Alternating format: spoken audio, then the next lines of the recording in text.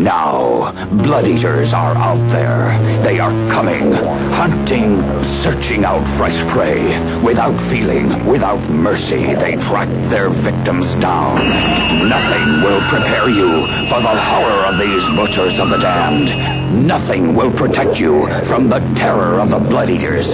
See Blood Eaters, rated R. In putting that kind of effort together, it's not uncommon to have more than one role.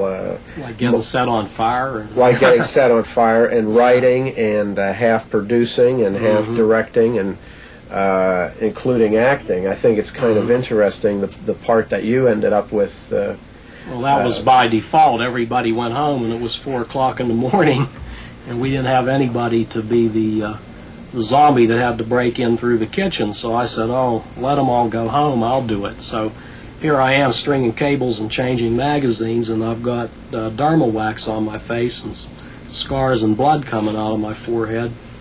And so we shot the scene where I get the tire iron through the head, and then Dwayne drags me outside and sets me on fire. That time he set a dummy on fire.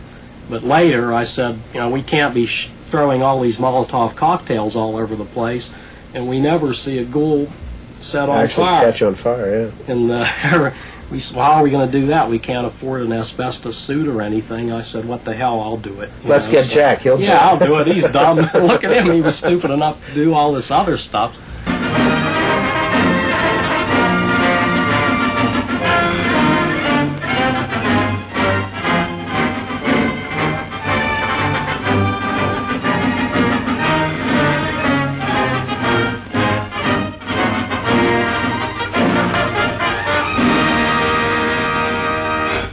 The distant stars, the lonely earth, the 21st century, and lurking beyond the strange immensity of conquered space, exploding in unspeakable horror, the green slide.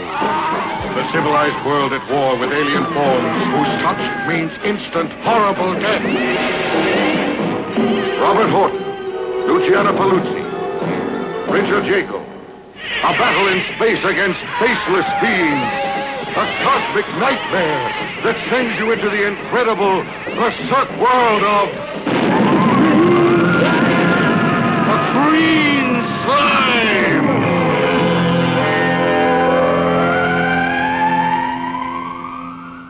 Roses are red, violets are blue.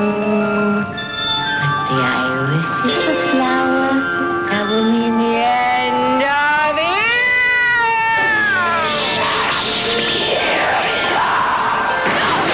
You can run from Suspiria.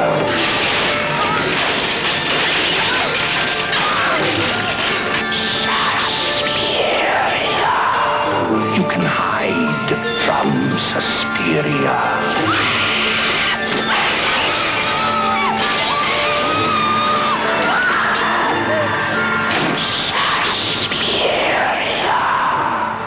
You cannot escape. Suspiria.